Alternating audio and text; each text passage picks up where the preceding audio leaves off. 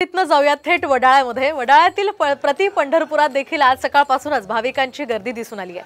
आज आषाढी एकादशी असल्यामुळे भाविकांनी इथे दर्शनाला मोठी गर्दी केली आहे आणि विठ्ठलाचं हे प्रतिरूप पाहण्यासाठी इथे भाविक आल्याचं आपण पाहतोय।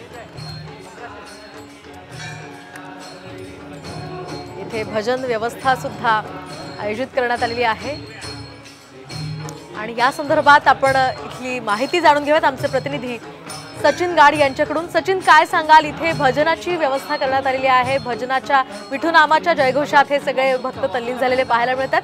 कसं वातावरण आहे? पंढरपुरात तर अगदी लाखोंच्या संख्येने भाविक आलेत, मात्र मुंबईतल्या वडाळ्यामध्ये सध्या काय परिस्थिती आहे?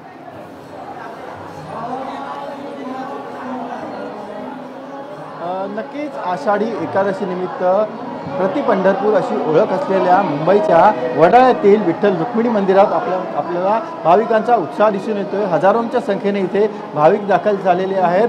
5:30 वाजता पूजा पार पडली आणि त्यानंतर दर्शन हे भाविकांसाठी खुलं करण्यात आलं। आपण बघतोय की कशा प्रकारे विठ्ठल आणि रुक्मिणीच्या मूर्तीला सोनेरी मुकुट घालण्यात आलेला आहे, तुळशीच्या माळेने मूर्ती सजवण्यात आलेल्या आहेत। एवढंच नव्हे तर मंदिरात आकर्षक अशी फुलांची सजावट करण्यात आलेली आहे। संपूर्ण मंदिर हे रोषणाईने न्हावून निघाल्याचं आपल्याला दिसून येतंय। ज्या भाविकांना पंढरपूरला जाता येत नाही ते सगळे भाविक हे मुंबईच्या आसपासच्या परिसरातले सगळे भाविक हे या मुंबईतील वडाळ्यातील प्रति पंढरपूर या मंदिरात येत असतात। आपण बघतोय कशा प्रकारे महिला आणि पुरुषांसाठी वेगळी लाईन करण्यात आलेली आहे। अनेक भाविक हे विठ्ठलाच्या मूर्तीचे फोटो काढण्यात देखील आपल्याला बघत असल्याचं दिसून येतं आणि विठ्ठलाच्या गजरात इकडे दर्शन सध्या सुरू आहे। ताई, तुम्ही कधीपासून लाईनीत उभे आहात? आज दर्शन घेताय तुम्ही इथे, कसं वाटतंय?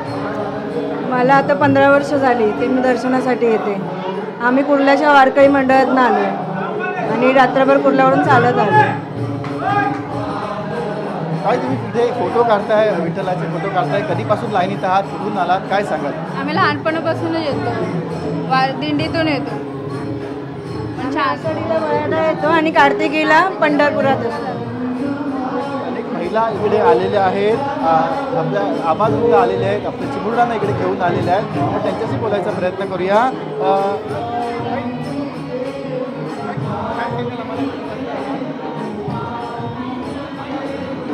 मोठ्या संख्येने इकडे भक्तगण इकडे आलेले आहेत। महिला आणि पुरुषांसाठी वेगवेगळ्या लाईन इकडे करण्यात आलेल्या आहेत आणि पोलीस बंदोबस्त देखील आहे, स्वयंसेवक इकडे आहेत आणि त्यांच्या मदतीने हा सगळा सोहळा इथे पार पडतोय। 5 वाजता पूजा पार पडली आणि त्यानंतर आपण बघतोय की मंदिर हे दर्शनासाठी खुलं करण्यात आलं। दरवर्षी इकडे अशाच प्रकारची गर्दी असते। प्रति पंढरपूर अशी या मंदिराची ख्याती आहे। जवळपास 350 वर्षांचा हा इतिहास आहे आणि आपण बघतोय की दरवर्षीप्रमाणे यावर्षी देखील मोठ्या भक्तिमय वातावरणात विठुनामाच्या गजरात त्या आषाढी एकादशीचा सोहळा इकडे पार पडतोय। अगदी सचिन, अगदी विठुरायाच्या नामानं ही पूर्ण वडाळा नगरी सुद्धा दुमदुमून गेली आहे। धन्यवाद तुम्ही दिलेल्या या अपडेट्ससाठी।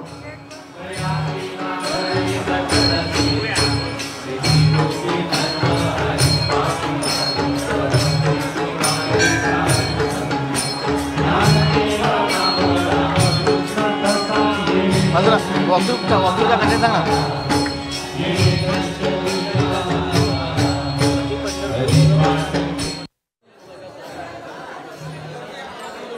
तर आपण मुंबईतल्या या विठ्ठल रुक्मिणीचं दर्शन सध्या घेऊ शकतोय।